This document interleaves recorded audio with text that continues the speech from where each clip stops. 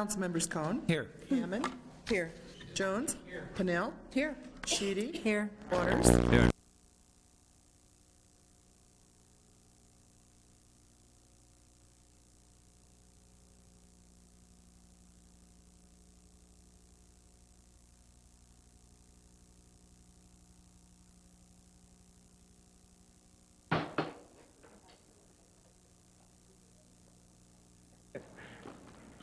I'd like to call this meeting to order.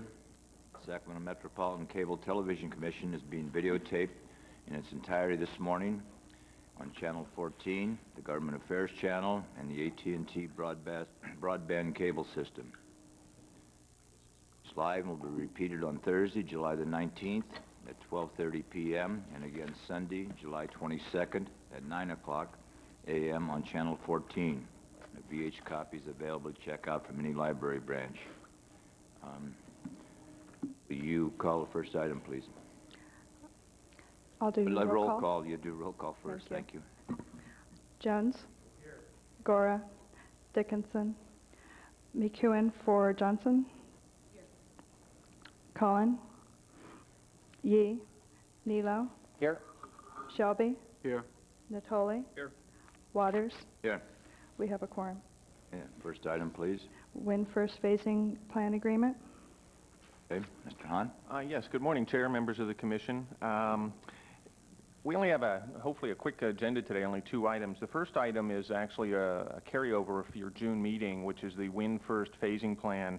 And as you may recall at your at the last meeting, you heard this item in some detail, and a presentation by Win was looking at their different phasing plan was put forward, and there was several issues that required continuing the item.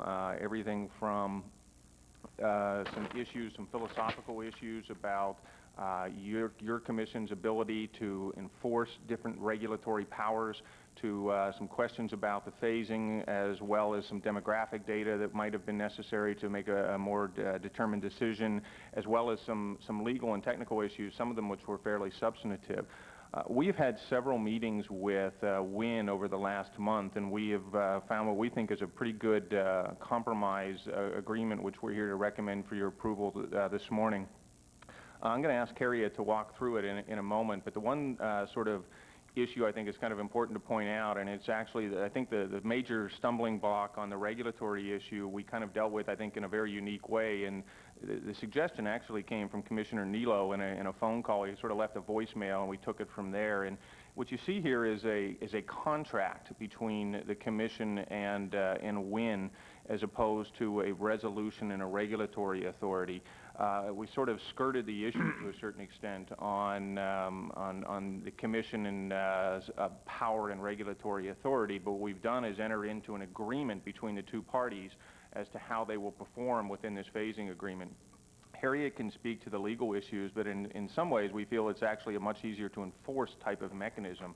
Now we have 2 bodies that are entering into an agreement, and any breaches is really a contract dispute, and is probably something that offers greater protection for the Commission as well as for WIN, and avoids potentially a messy situation where we were going to have a standoff. And so we think this is a nice compromise that gets us what we want as far as enforceability and making sure that they complete the project and moving forward. And with that, I'd like to turn it over to Harriet real quickly.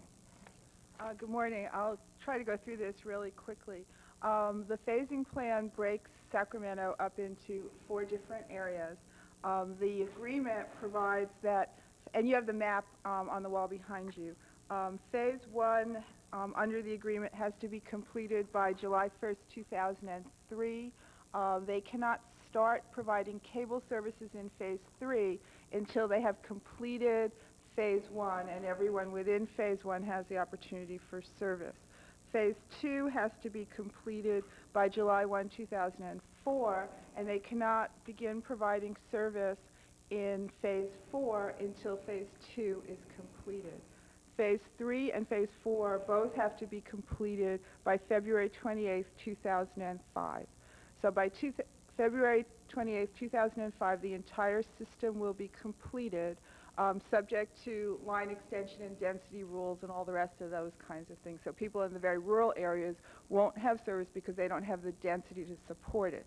But everywhere where the density is, the entire system would be completed by 2005. And that's 5 years from when they got their license. That's how that February 28th date materialized.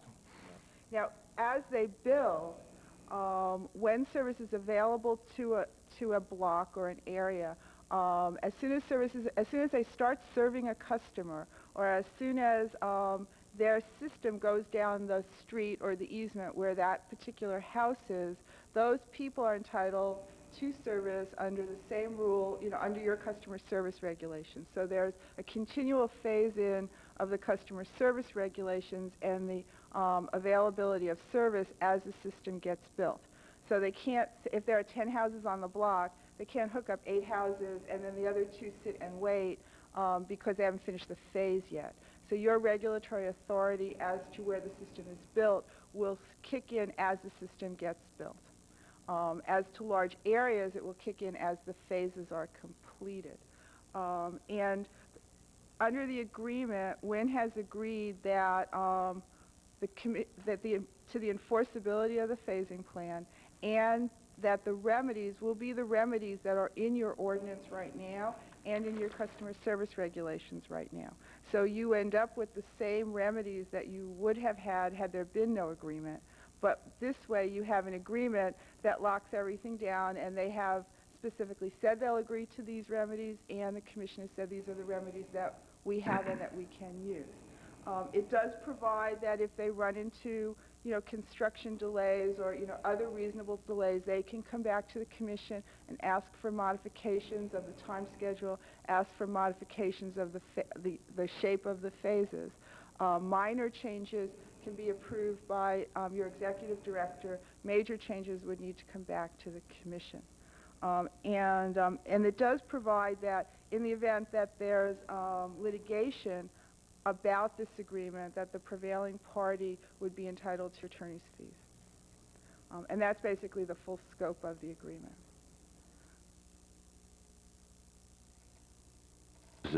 Reading the staff report, Mr. Neal, that was an excellent suggestion that you made to move this along, I think. Well, I'd share credit for that with Commission Peters McEwen and Colin, because I had some conversations with them on the side too, and it was sort of the accumulation of those thoughts that created the idea in my head. The structure. I think it was Commissioner Susan McEwen. Beg your pardon? It was Commissioner Susan McEwen. You said Peter. Peters McEwen. Yes. Oh, well, using her hyphenated. Okay, I got you. I didn't get the S on there. I got you. Okay. I got you. But the structure, the details of the agreement skips a generation in a sense. The restriction on signing up phase 3 is a function of finishing phase 1. Phase 2 is not restricted by finishing phase 1. And phase 4 is restricted by finishing phase 2. As opposed to phase 3 being restricted by finishing phase 2. Why did it end up being exactly that way? As the Commission may recall at our last meeting, we got into a discussion of how much of a grace period they should have to finish a phase. And in the discussions and staff had originally recommended that phase 1, you had to finish phase 1 in order to start phase 2, et cetera, as you just outlined. And in the discussions that Paul and I had with the representatives from WIN First, the more we talked, the more leeway they wanted and the fuzzier it got as to when there was an actual firm date to finish a phase and what the trigger mechanism was for that. And when we got done after numerous hours of discussion, we finally, said, well, let's just pick a date that you can live with, and let's use that date, and it will be a firm date, and let's just go for it at that point. And the other part of it, I think, is that, as the Commission, I believe, understands, We regulate cable. We do not regulate telephone and high-speed data. And they have a combined system. So we're only regulating 1/3 of what they're doing. And so it seemed to us to give them the flexibility that they wanted in order to bring this agreement to you, and to give us the certainty of what we wanted, as to having a black and white time when we can say you're in compliance or you're not in compliance, that this, and to deal with the telephone and high-speed data issues, that this seemed to work.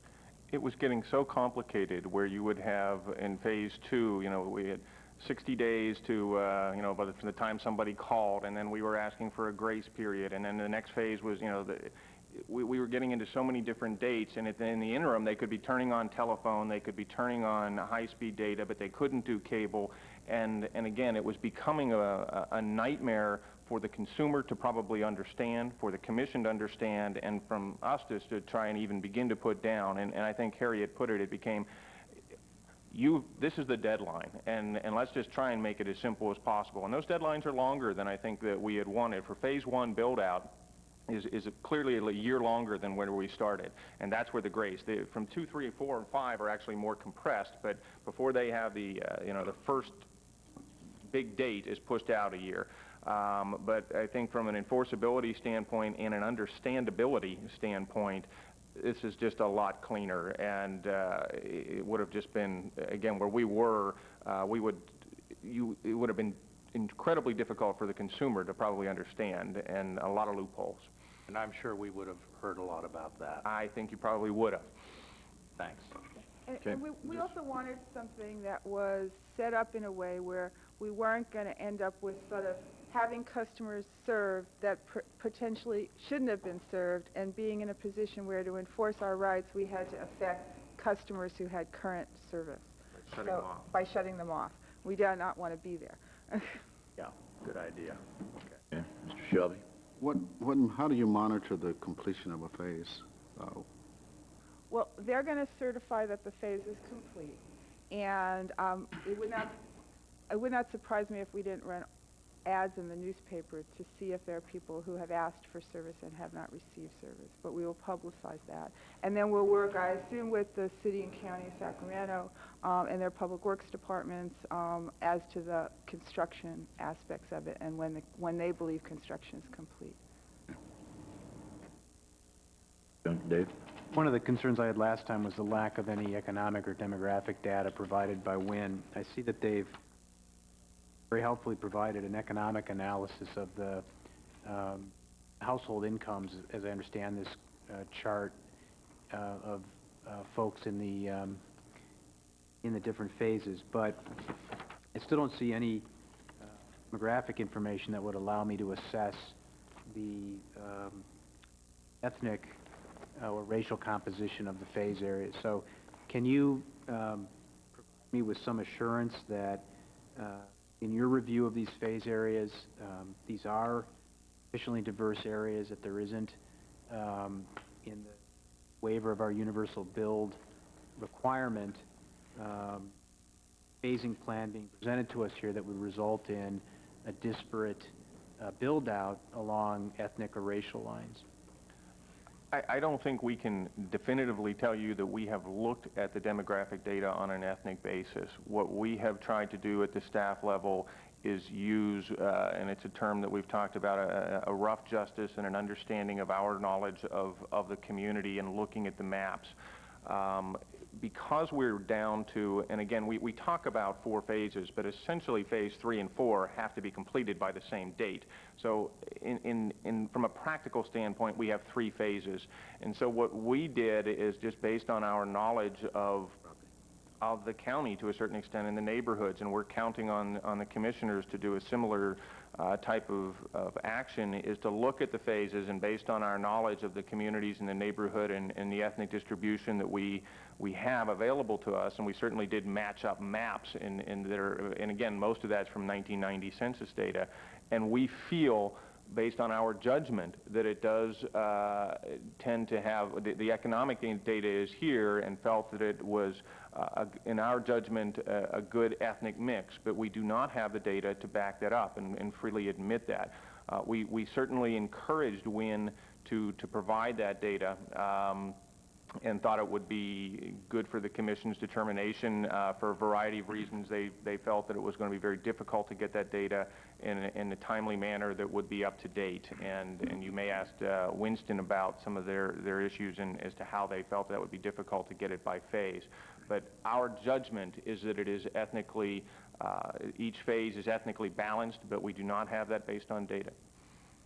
Paul, clarification, you said for the 1990 census. I thought that the county income distribution was from the 2000 Yeah, census. well, I'm just saying the maps that we sort of looked at that we Well, had from the available to sort of match up faces was based on the 1990s. We didn't look at the ethnic breakout of the 2000 census, just the income distribution. Shelby? Yeah, based on the knowledge of the map, it appears that that is addressed, but I guess we discussed earlier, how do we look at, we've got multiple franchises now, and we have some ordinance that dealt with one, so how do we look at in the future, reviewing those to make sure that, this is by contract, but how do we get our ordinance fixed so we can include this as part of that? Well, you know, I think that this process has pointed towards a staff conclusion that it may be time to review our ordinance, and it may be time to add some additional standards and procedures into our ordinances for future implementation actions, so that we would have a better, so that both staff, the commission, and the franchisees and licensees would have a better understanding of what would be required from them to meet the existing standards in the future. So I would like to, I mean, you know, the commission may want to give us direction. You may want to give us some authority to have internal, you know, to have the executive director do an administrative policy at the moment, and you may want to consider in the future going back and revisiting some of these areas of your existing ordinances. This is not the first issue. You know, we've had these similar kinds of issues around the same universal service, cherry picking kind of issues come up several times over the last several years. But you could direct us to come up with those policies, and one of those policies would be any other waivers of universal service we want, demographic breakdown, ethnic breakdown, and any other socioeconomic type of data that, you know, we could come up with a policy so that everybody knows when you come in with a waiver, we want this data, and without it, we don't bring it to the commission. And I think that's not a bad idea, quite frankly. So we can include that as part of the motion. You most certainly can. That's I right. had a question. Harriet, Paul, would you refresh my recollection, since I was wise enough to leave town and thereby forgot everything I ever knew during that period of time? This clearly identifies phase 2 have to be 3 and phase 4 proceed. What works the other way around? What requires completion of phase 3 and phase 4? Is it simply the licensing ordinance and the franchise agreement? That's correct. So if, for example, and I certainly don't expect this nor anticipate it, but they finished phase 1 and phase 2, activated those completely and said, you know, that gets as far as we can go financially or practically or market, allows us, whatever, what then?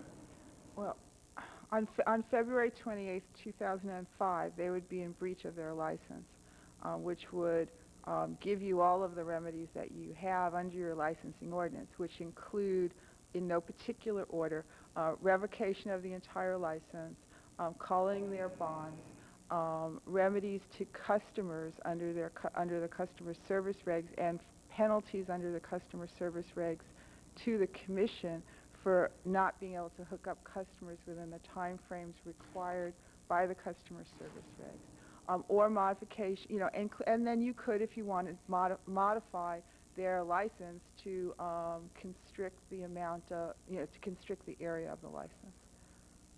So we have a range of options. So you have a full range of options, the same range of options you have today, only they've agreed to it by contract, basically saying we will finish by this date, and if we don't, we understand that you can revoke, you could have your full range of penalties up to and including revoking our right to operate in Sacramento. I suppose the question is whether there are practical, forcible remedies short of deactivating those folks who are receiving service, assuming wind continues to operate and is viable. Right. That's the atomic bomb. Right. There are monetary penalties, and there is their bond. So. This is pushing by going to February 28th, 2005, the longest or farthest out dates before were in 2004? Did they go into 2004? No, actually, they went beyond this date, and this is, again, what we did is we sort of we lengthened the time before phase 1 actually had to be activated, but we shortened the overall time frame. And that was sort of, so this is, February, we were actually out into 2006 and 2007 last time. And this is a much more compacted time frame. Thanks, Mr. Chairman. Okay. Anybody else care to speak before we have 2 speakers signed up? Seeing none, Winston, will you come up first, please? Thank you and good morning. I'm Winston Ashizawa, Vice President and General Manager for Western Integrated Networks. Really, I think the staff have well captured the dynamics of a lot of lengthy discussions to find a solution for what we both want to do, which is build the system and offer the services community-wide. And in terms of the specific question that was raised as far as timing, I do have this one overhead here, which addresses why the lead time is longer early than later on. And this goes back to the example I gave regarding termites and dry rot. To serve phase 1, we have to build 3 primary hubs. And thank you. Over here you see we have these steps of searching for the site, being able to enter into a lease or purchase the site or building, starting construction, and in every case we have to do construction because we are turning any building into essentially a data center with an emergency generator and special cooling and those kinds of requirements. And then being able to install all the equipment and operationalize it so it can provide service from it.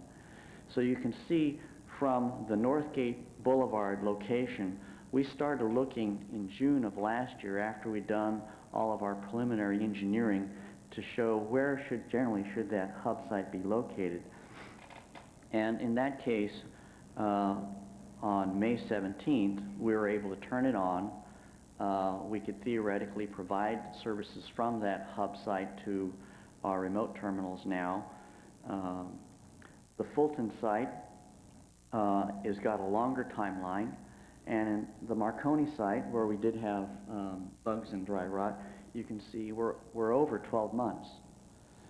What that is dealing with is the fact, in order for us to plan and construct phase 2, we need that lead time to go out and build at least 5 hubs to support phase 2. And before we're even offering services in phase 2, we will be selecting sites and building infrastructure in phase 3. And so we will be well into multi-millions of dollars of investment of plant in phase 3 before we're even begun to be done in phase 2. But this gives us the opportunity to make sure that we can perform by the deadlines so that we can be sure we can meet your satisfaction and not be subject to these penalties we're agreeing to under the contract. As we have more lead time to work out the site selection and construction issues in phase 3 and phase 4, we felt much more confident that we didn't need that entire 12 months, and therefore we could pull it in. And also, we always felt that we would do this community in 5 years or less. And therefore, based on our commitments at the time of the license being issued, we're trying to basically confirm that to you between our goals and these deadlines.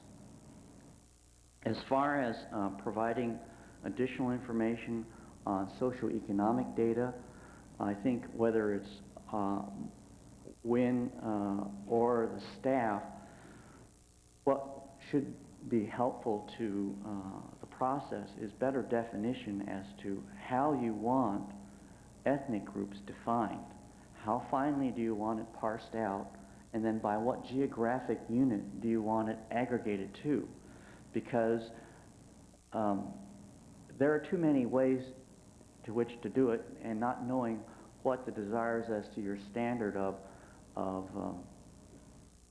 assuring yourselves in your process of what does balance mean.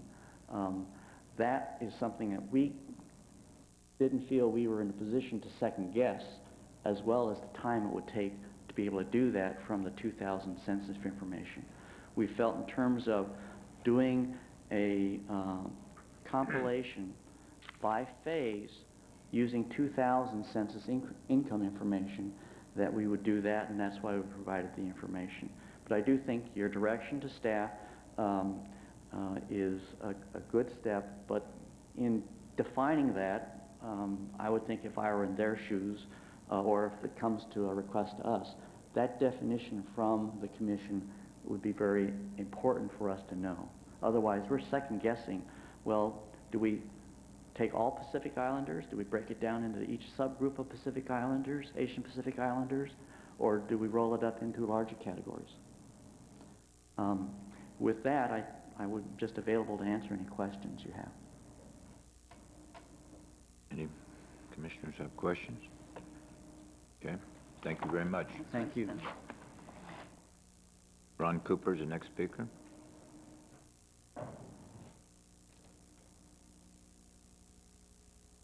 Ron Cooper, Access Sacramento Executive Director. Thank you, Commissioner Waters and Cable Commissioners.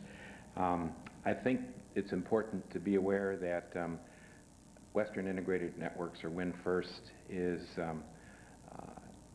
moving forward in a way to offer our constituents competition. I just returned from a national conference in Washington, D.C. Just this past weekend, and there were several workshops about this very issue. Sacramento is being watched very carefully.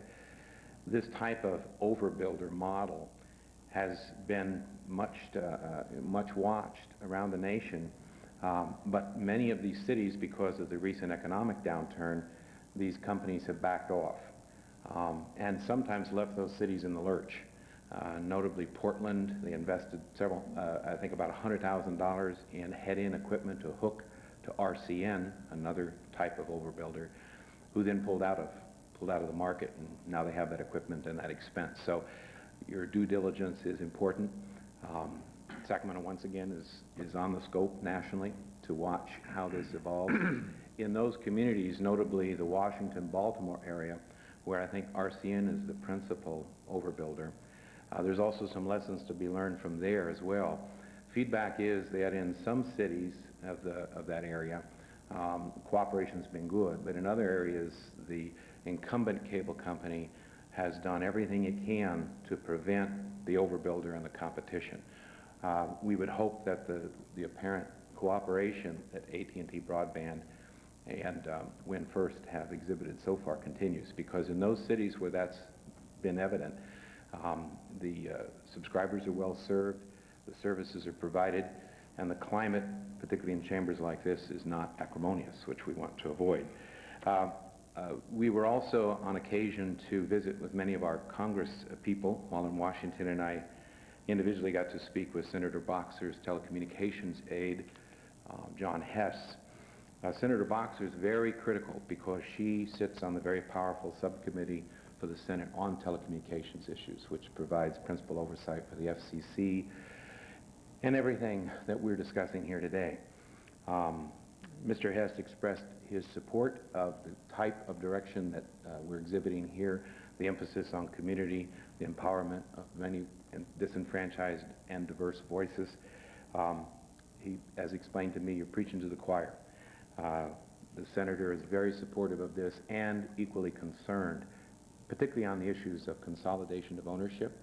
Community media has now become the one source of true local programming And that's always important to keep in mind when we're talking about AT&T broadband, Win First, and any other providers. This is it.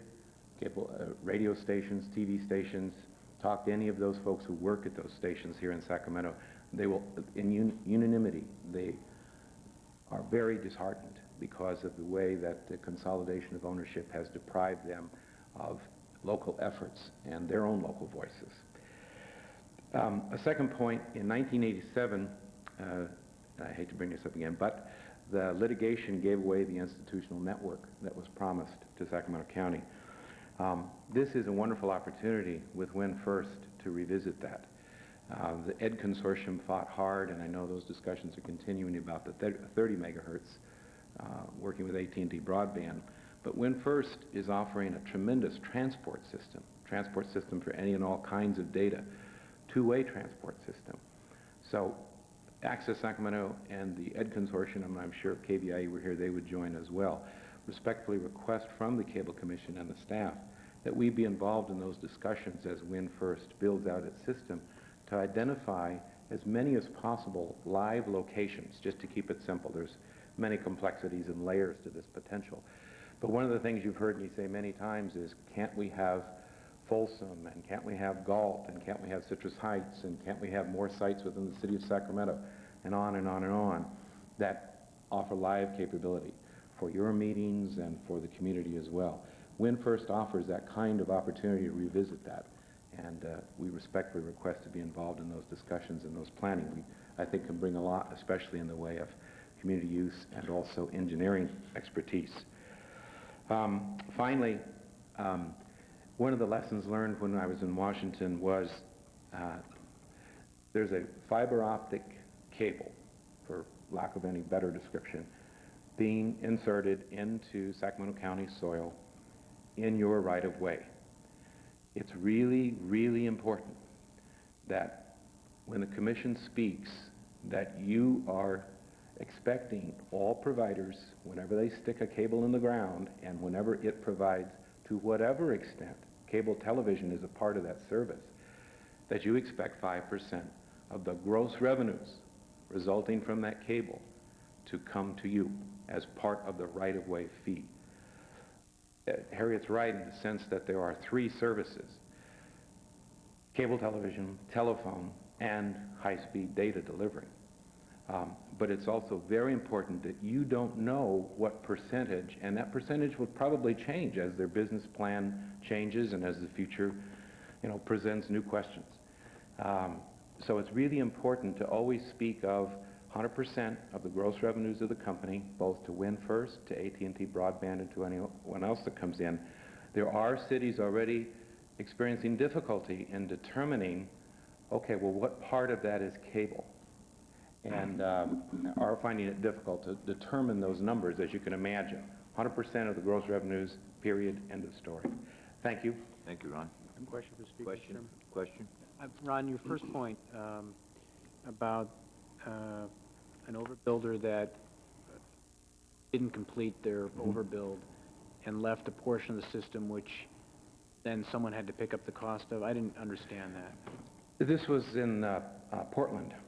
And what happened was that the community programming organizations, which, as you remember from your consultant's report, Portland has a very connected and collaborative process up there where all of the community programmers and are working tightly together.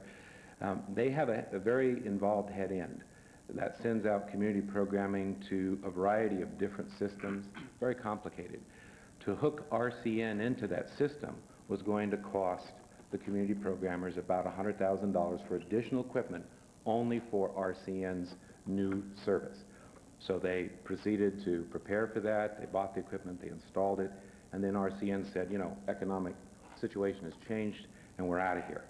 And so now they have $100,000 of equipment installed, but no one to plug into it. So I'm not predicting anything like that happening here, but it is a cautionary tale that indeed, as these companies come to town, and certainly Win First seems to be very committed, these are companies that are focused on individual cities. These are not multiple system operators. So they come into a city, they look carefully. In Portland, I think there was 3 or 4 companies proposing. Different from this situation, but something to watch. Are you going to be making expenditures to plug into WIN? Are you saying there's an analogous situation here? If my request to be included in the possibility of other live sites, there may very well be expenditures in order to activate those sites. We won't know that until we're in on these discussions and offer and be included in engineering discussions and win first interest in doing this. I would hope that it would see this programming service to a variety of our communities to be a plus for them. So that's a good segue to the second major point you made, and I guess I'm interested in the staff's reaction. It sounds like a good idea to me. I guess what Access and the PEG community is asking is to be involved in those discussions. Yeah, I think there's a couple things there. One, we don't have any objection to that, but Win First has already agreed, and in fact I didn't agree, they volunteered to do this, to provide live feeds from each of the council chambers, and in that case the equipment is already present at those different council facilities and things for a live feed for Citrus Heights and for Elk Grove and Galt. And if I'm overcommitting Winston, he can stand up and correct me, but I believe that commitment was already made that they will do that. So I don't see any, and that equipment's already present in each of those chambers, and same thing with Folsom. I think I missed Folsom. So there shouldn't be any upfront cost. It would just be tying in. The other thing, just as another point to make sure, is Win First has also agreed that on day one, when they activate, they will carry all of the PEG channels, and they have an agreement with AT&T that they'll actually get the feed from AT&T right off the bat. So a couple of those issues have already been addressed, but I think in future issues and future potential sites, as we discuss them, and there would be any impact at all on PEG or even in general, I have no problems bringing those into the PEG groups into the conversations. How about, I want to pose the same question to Winston on behalf of WIN. Just one question while Winston is coming. I think Ron's idea has some merit. I think, for instance, if the city council wanted to go to Del Paso Heights to do a city council meeting, now they're unlimited. They can't do that, but this might be a potential opportunities as we move this process forward. If we can identify, potential sites in the community where we want those kinds of feeds to be, and work with WIN, certainly you could have more. That's where you get into the equipment. You get into the councils, you have the equipment there, and that's sort of what we dealt with last month at Folsom. I mean, now Folsom High School could be one of those feeds where you could potentially go live if there was a line that goes in there, because it would be a television studio. But you have to have those studios, and maybe next year it'll be done on Florin Road, where we're talking, that is another potential area, but you have to have the equipment at the other end. I think the question is whether WIN would be open to discussion with the PEG providers and our staff as you're doing your build-out with regard to the possibility of other quote-unquote live sites in addition to those that have been already identified. That's what you're asking for, right, Ron? We're certainly open to sitting down and talking to them and understanding what their dreams and plans and desires are, and figure out how that matches with our network design and our construction. I have no problem with that at all. As far as the specifics of the city council chambers, with Galt is planning to remodel their administrative buildings and such, and so they don't have a budget or design for doing their chambers, but looking at our schedule, that's not a problem according to Mr. Gora. So we will work out a timeline, so that's taken into account. Folsom doesn't necessarily have all the equipment, but we would sit down with Folsom and work out the issues. From our point of view of providing the drop to support their council chambers, it's a fairly simple issue. And then the other places are in fact equipped, so we believe we can support the councils, and we would look primarily to the councils and channel access 14 as being the primary issues or customers, clients, in terms of working out schedule and design and those kinds of things. But we would certainly have a dialogue with Ron and try and figure out what is it they would like, and can we work it in. appreciate that. Thank you. And Thank then, I'm sorry, Mr. Chairman, Ron, you mentioned as well the INET and the 30 megahertz, and I just think it's important to note, obviously, that your organization, the ED Consortium, has fought very hard for that, but this commission has gone on record on a number of occasions, and perhaps most recently and significantly in the context of the conveyance of the franchise from Comcast to AT&T, as standing foursquare for the proposition that we want that 30 megahertz, we want that deployed to the ED Consortium, and so I don't want you to think that you are alone in that request. And then the last point that you raised was the 5% on gross, and I'm just wondering what the staff response is to the speaker's comments about that. This commission has a very broad definition of what constitutes gross revenues in its licensing ordinance and in its franchise ordinance. And that is an area of constant change these days in the world of the courts and the federal government. And but we continue to enforce our gross revenues definition, which is broad, and we continue to work on that issue, and we will keep you posted as time goes by. Thanks for your comments, Ron. Yeah, and that really is you can hear the cascading that would happen if there's any erosion of that, because one of the key guidelines in the FCC is an even playing field. So any concession on the 5% of gross revenues for one company, you can expect the other companies, and all of a sudden now you're into looking into their books and not looking into the books. How much is cable TV? How much is this?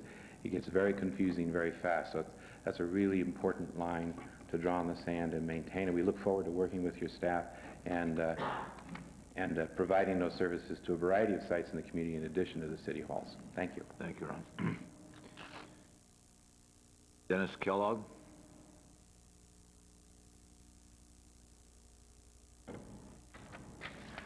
Good morning. My name is Dennis Kellogg, and I'm a resident of the Land Park area and involved with the Land Park Community Association. I've been researching the issue. We've gotten some of the door hangers that say that when FIRST is coming into our neighborhood association is always interested in exactly how this type of technology would be integrated into the neighborhood. That's something that we're studying. I've talked to Harriet briefly about it.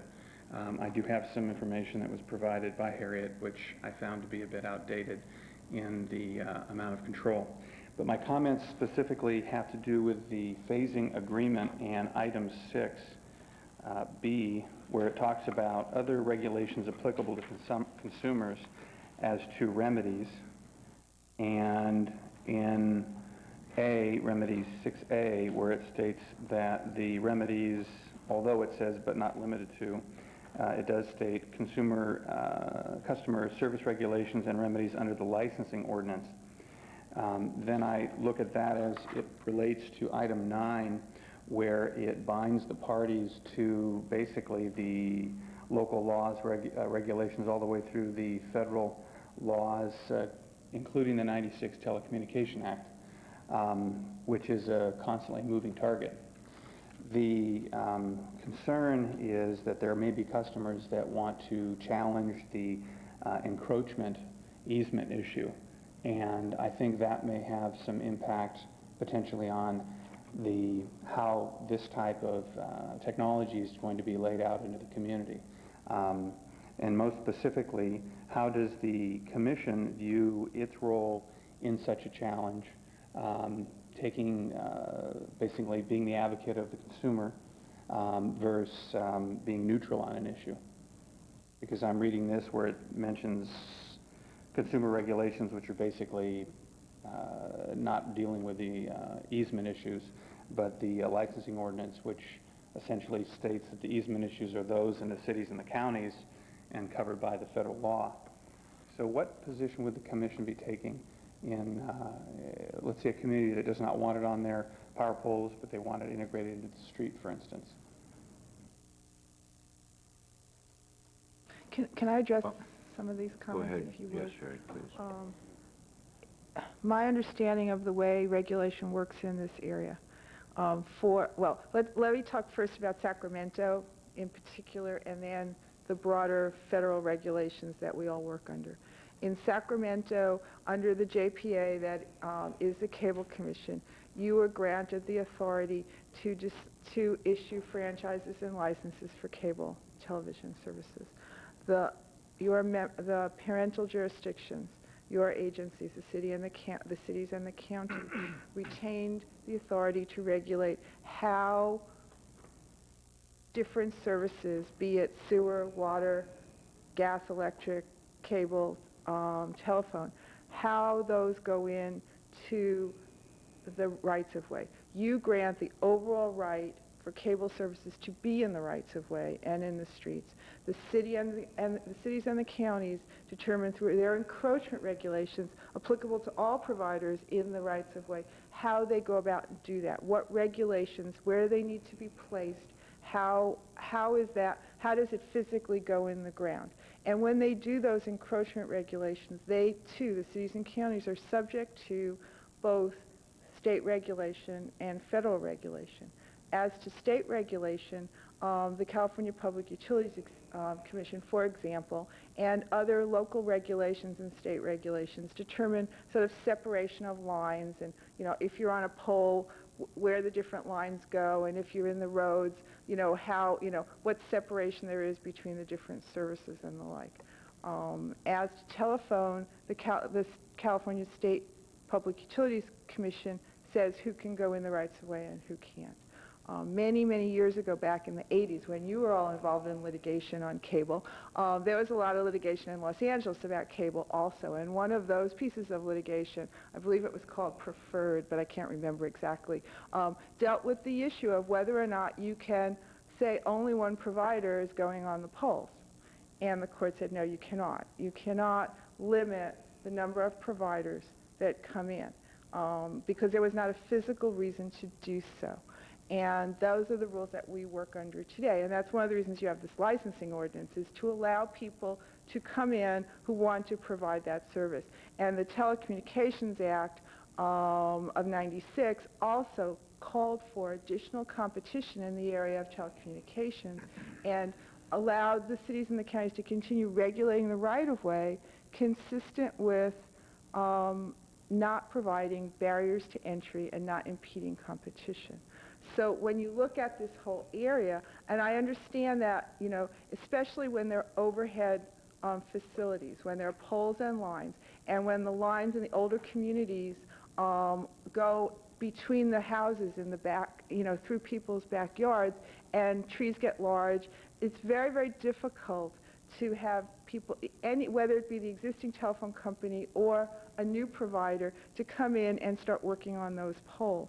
But it's my understanding of the law, and I'm happy to talk to your county councils and city attorneys, and I have not recently done an extensive amount of research on this area, but it's my understanding that if it's an area where there are overheads, where there are poles, that all of your providers, all your cable providers, together with everyone who holds the appropriate license for telephony, for telephone, can go on those poles.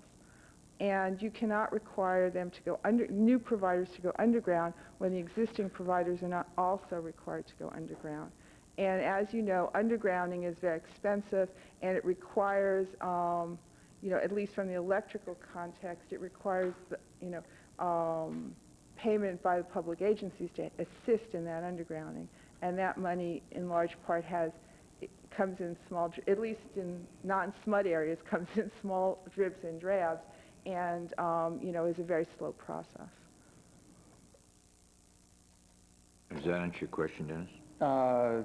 Somewhat, because I think it's important to note that Wind First has gone in neighborhoods that have above ground telephone poles, power poles. They have gone there as well as underground. So I don't think that there is a clear picture that it has to be on a power pole. The mitigation efforts, environmental and otherwise, in older neighborhoods where there's large forests, I mean, we have a tree commission. We're number 2 for local trees behind Paris. We have a lot of foliage back there. We have a lot of landowners that are very concerned about how a multitude of wires are going to impact their quality of life, and how these multiple drops from the wires to the community. So I'm just making it for the record that I think it's important to understand that there could be delays when collectively communities get very concerned about this and take action. And lastly, my last comment, because I know we're on a time constraint here, is that the 96 Telecommunication Act, which I was fairly familiar with since 96, working on the city of Sacramento's cellular phone siting ordinance, basically, which I'm still very active in, and I know that that act is very rigid for the business. However, it's important to note there's been some cases outside of the Ninth Circuit Court, and there has been a lot of understanding for the needs of the city and county and how this is going to visually impact, environmentally impact the neighborhood. Those are my comments. I think the operative question, at least it seems to me, if this is not the forum for raising this issue, and typically encroachment permits are issued administratively with no public hearing, where, if Mr. Kellogg or others want to take up this issue, would they be well directed? Well, I think in large part, even though encroachment permits by and large are ministerial, the cities and the counties set the standards, and they adopt the ordinances that establish how those permits will be issued.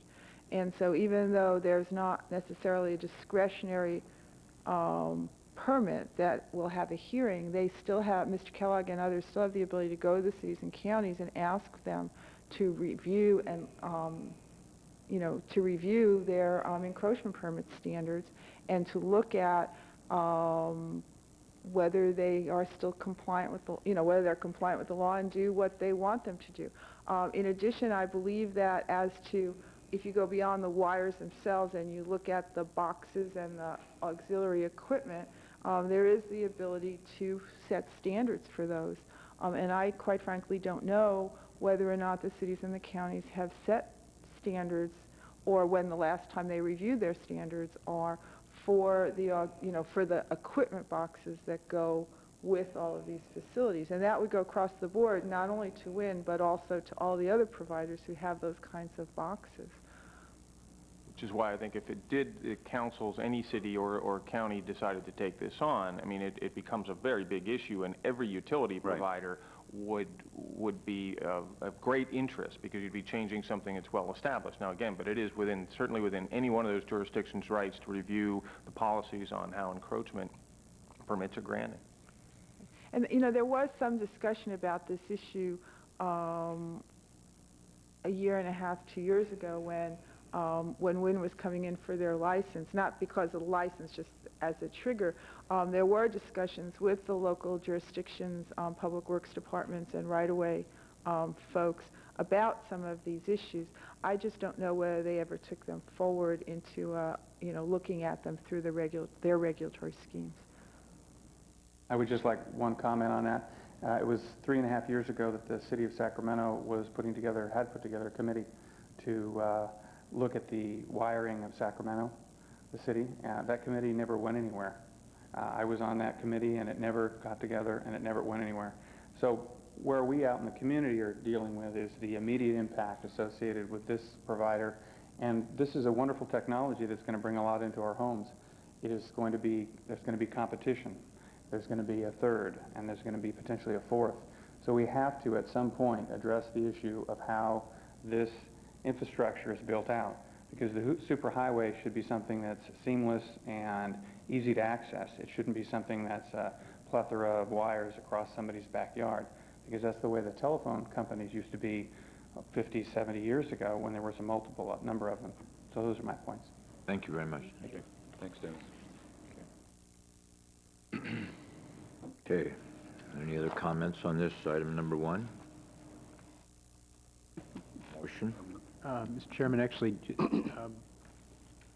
whatever motion is made, I'd like to ask that it include some direction to staff to administratively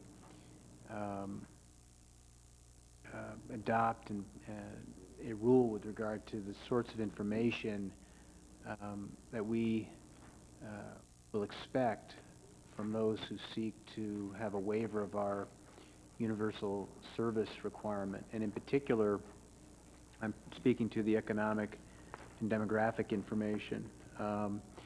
I understand the point that Winston made about not having sufficient specificity with regard to the level of detail of the demographic information, but I'm not persuaded that that information could not have been provided to us. I mean, there's 2,000 census data available.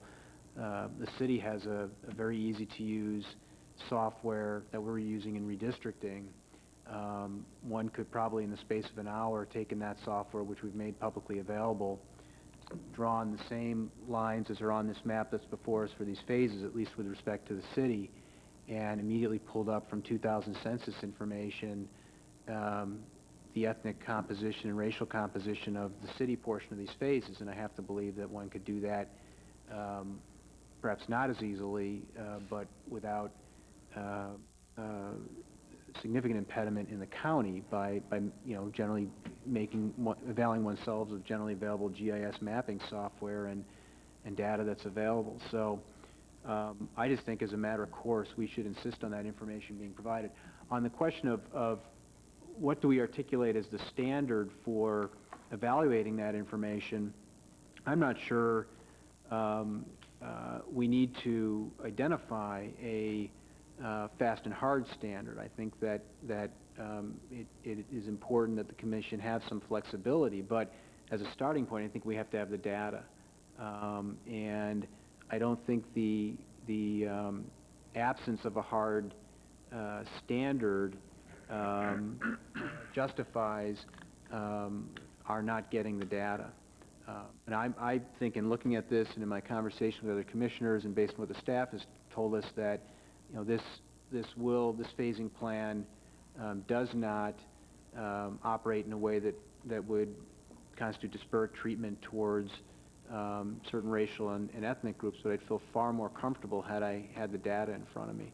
So I just ask that that be included in whatever motion is made to adopt this. Again, we would welcome that in a future another phase or waiver type of situation where you had 10 phases over a 15-year time frame or something else of that sort.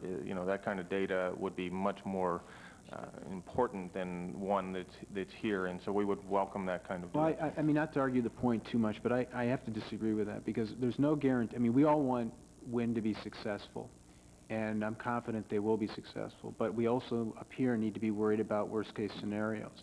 And in the event that we just end up with phase one, I think it would be important to know what the ethnic and demographic composition is of phase one, regardless of whether this is an elongated build-out of 10, 15, 20 years or a shorter one as we contemplate here, because we don't know for sure that all this is going to happen. So, but I think the way we solve that is by administratively requiring that people provide us with this information when they seek a waiver of this rule. In other words, at the time that we would adopt the resolution, you just want us to have a subsequent motion to get the staff to bring forth some of the criteria. I think procedurally that could work, yes.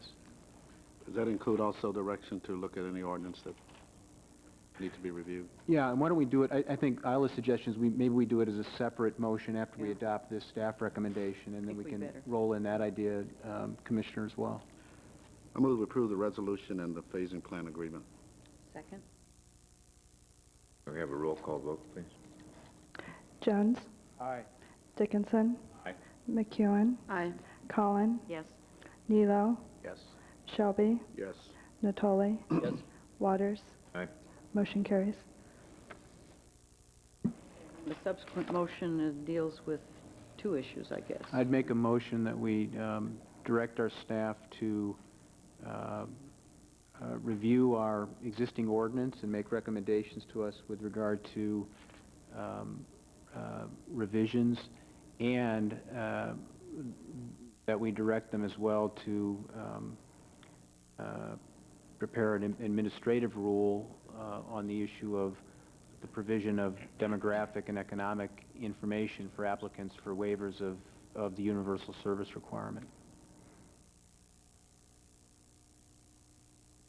Do I hear a second? Yeah. Yeah. Just clarification, it's not to revise the whole ordinance, but look at areas where there are potential conflict with, now we have multiple cable providers.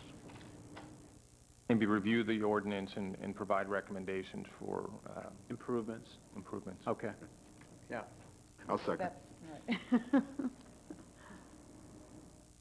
Okay, excuse me, roll call. Jones. Aye. Dickinson. Aye.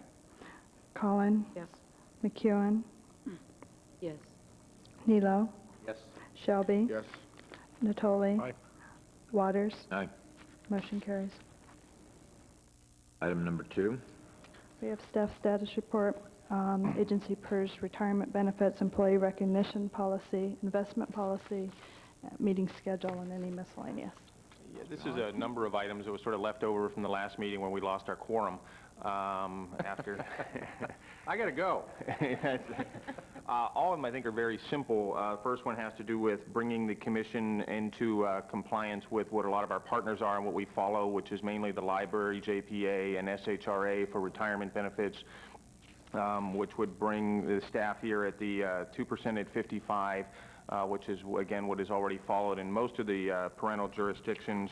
The impact on the county or on the commission's budget is actually none at this point in time. We already have an excess funding in the retirement for this, and it would basically for 43 years, and this would reduce that down to 15 years, and the costs are very, very minimal and brings us into compliance with typically what we follow for our personnel rules. Similar thing with the employee recognition policy. The County of Sacramento has adopted a employee, basically each individual department has some ability to recognize employees using some commission budgets. This is very minor things when an employee does an exceptional job to spend some funds. This is modeled off of the county's ordinance and asking that the commission approve that policy. Paul, would you be terribly hurt if I moved these items? Go for it. Absolutely not. I'll second them. Perfect. Okay. All in favor? Aye. Opposed? Hearing none. No abstentions. We do have the meeting schedule issue, right? It's within that we've canceled both months' Canceling the meetings. August and September meetings. Perfect. My favorite part of the motion. Go home. Any other questions to come before this commission? If not, hereby adjourned. Excuse me. I'm sorry. One thing that just struck me while we were talking about the WIN activation issue, which is, have we explored, because I'm assuming we don't have the capability now, but with providers coming in with high-speed data transmission services as well, to transmit the governmental meetings on the internet and streaming video, because we have lots of people who aren't on cable, but they have home computers. That's something actually we're working on sort of a pilot basis right now on Metro 14, is trying to get a streaming capability out for folks that are on the internet. It's very limited right now, mainly again because of it can suck up most of the bandwidth. Is very few people can close down the county building to a certain extent. But Diane, do you have more on that? That's pretty much a summary. I mean, we're video streaming when we go out researching it just outside of our community. There aren't a lot of people doing it, and the ones that are throwing a lot of money at it, and they're still having problems at the other end. Even if we get the pipe and get it out there, progressively the number of people who can pick it up, even though there's a lot of computers out there, there aren't really a lot who can actually have the memory, the video capabilities to actually pick it up without it stopping and starting a lot. Well, So, without going but into we this are in following it because a lot it of is. detail, maybe when we meet again, we could get some kind of at least written report. I think my understanding is the city of Davis is doing this. We've been trying to get some more information, and it's been kind of coming in slowly, and our intention was to do that. We'll follow up on that, absolutely. Thank you, Mr. Chairman. All right, this meeting is adjourned. First, happy trail.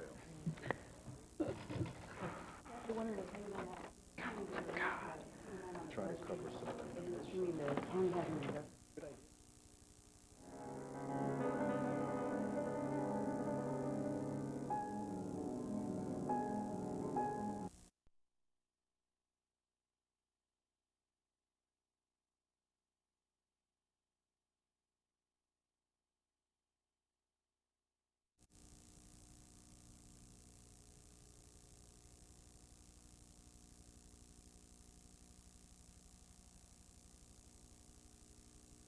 recreation programs. I was thinking, at least for today, if we could say a minimum of 150,000, and then we would bring it back for discussion. It could be a big number that maybe when it comes really time to get the full impact, we always need money, but what do we want to allocate? Just, not that this is a figure, but $1.5 million, if it came back to be that we may want to take at least 500 of that $1.5 million and put it in some other program besides. So I'm saying if we just made this 150 minimum at this point would be my suggestion, and if not, I'm still going to support Mr. Jones's idea here. But it's just such an unknown, such a big number. We could get back on this depending on how the Cable Commission votes. Well, we wish you luck in that. Mr. Jones, did you want to add something? Well, Robbie's point is well taken. We don't know the precise figure, but I think in terms of the Cable Commission's own deliberations about how it should allocate the revenues it receives, because understand that that's a decision the Cable Commission makes independently, and